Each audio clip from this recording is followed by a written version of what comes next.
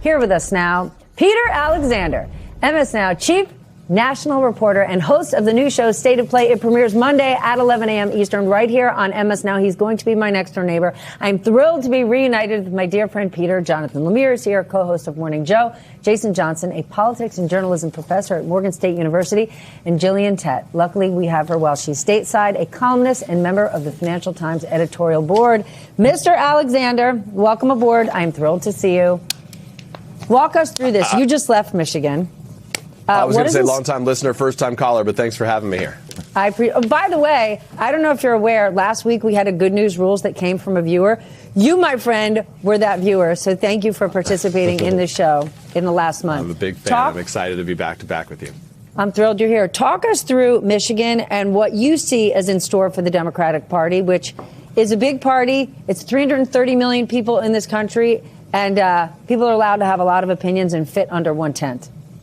Yeah, I think you're right. Obviously, there's going to be a big push and pull. The Democrats need to coalesce. The Republicans, Donald Trump world, is going to do everything in its power to try to exploit the differences that were revealed in dramatic fashion over the course of the last several months during what was a heated, as Rachel Maddow described it at times, spicy campaign between Haley Stevens and Abdul al-Sayed right now. I've been speaking to folks inside the White House who say, among other things, that they are looking to exploit that difference. They have already, the president himself doing it, as we previewed first here on MS Now, already saying that this is just more evidence that the Democrats are who we told you they were. That's going to be the line you're going to hear going forward, saying, in effect, they are extreme far-left liberals. The challenge, obviously, for the Democrats is, as we note, to coalesce those two sides. And what struck me in the conversations I had in Michigan earlier this week was, among some of those very divided Democrats, the sort of reluctance to just easily go along with whoever the party's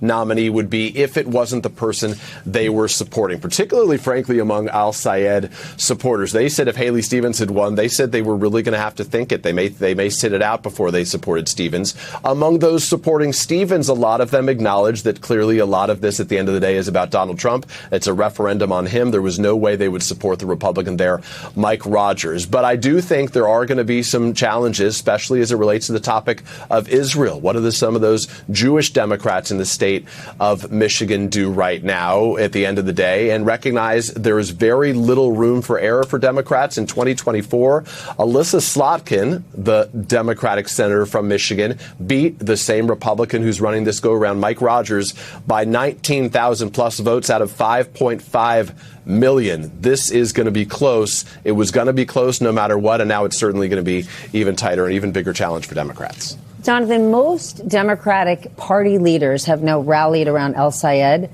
but that's after about $70 million was spent by the establishment to try to defeat him. Yeah, they have a lot of healing to do. Now, so far, everyone has said that's a lot of Neosporin in a short amount of time. No question. Everyone has said the right thing. We saw even in the footage we just showed of his press conference yesterday, Ms. Morrow, who had previously run, was right behind him. Haley Stevens has said that she is on board. They exchanged rather warm pleasantries on Twitter yesterday.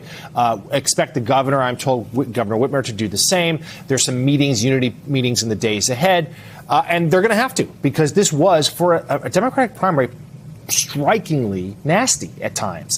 And Peter was out there in Michigan. We've had other colleagues that have been out there who it was not a given that a supporter of Stevens was going to back el-Sayed and vice versa, depending on who was the nominee. And that's what Republicans are counting on here in a state that is sort of a definitive battleground, not just for the presidential election in 2028.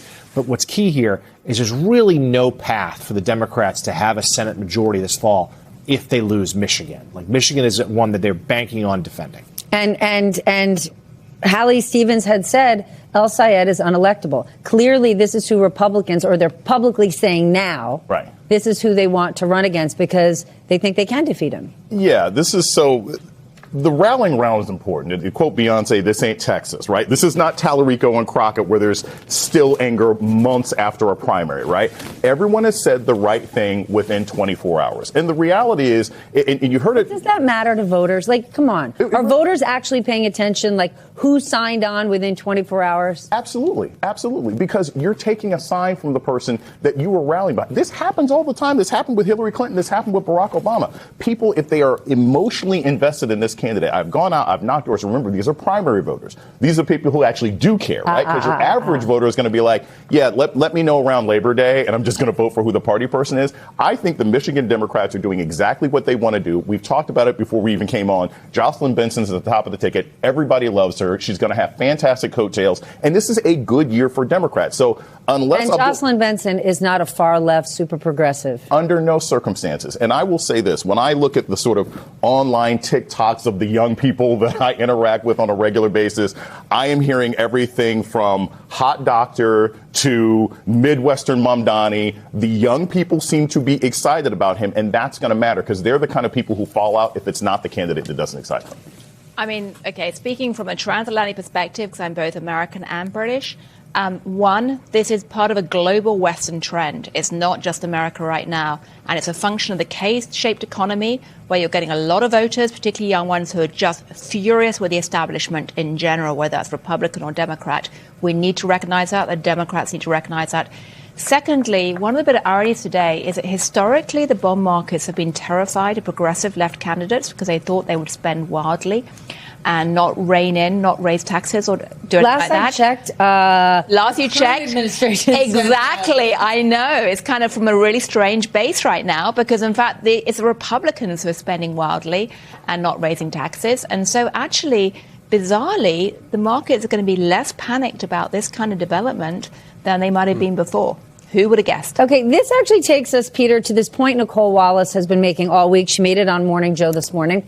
When Donald Trump first sort of came to prominence in the Republican Party, she said it's less about Trump, and it was that GOP lawmakers weren't listening to their voters. Time and again, their voters were saying the economy isn't working for me. I've been left out, and they wanted something different. And they said, you're doing nothing, Mitt Romney. You're not speaking to us, George Bush. We're going to tear up the script, and we're going to take somebody so far out of the box, and that's how we ended up with Donald Trump. Nicole is making the point that that's what's happening with Democrats. When we hear over and over they want fighters, and you had mentioned spicy campaigns, Haley Stevens wasn't running a spicy campaign. And the Democratic base are saying the economy is not working for me. Nobody's holding Donald Trump to account. I don't care if you're DSA, what you are. I want you to fight for me. And this is them showing the Democratic Party what you've offered us thus far just ain't working.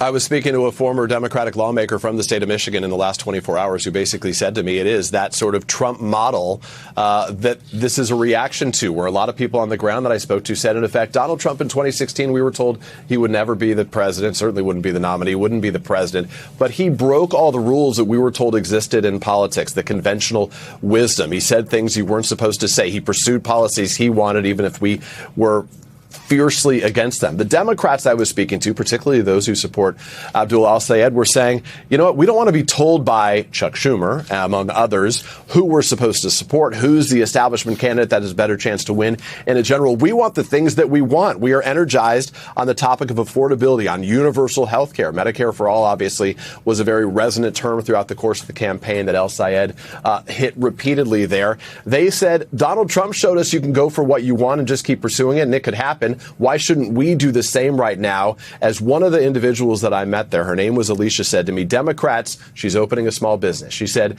when she started a business, she had to be fearless because she was starting it during this tough economic climate in many ways. She said her advice to the Democrats is to fear less, to be less cautious, and to go for what they really desire. And that's why she was supporting Abdul al-Sayed.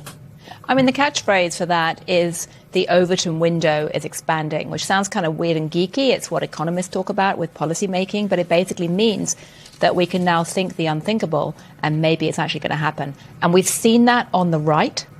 We may now be beginning to see the Overton window expanding on the left as well as we begin to think the unthinkable. And there's certainly real energy there, of course, on the left, and we shouldn't diminish that, even as some in the establishment are dismayed that a more moderate centrist candidate wasn't put in charge. But the biggest advantage that Abdul al-Sayed has going into this race is he gets to look at Mike Rogers and say he supported Donald Trump every step of the way, that he can attach him to Trump. Trump is so unpopular right now that itself might be enough. Can I say something radical, though? Please.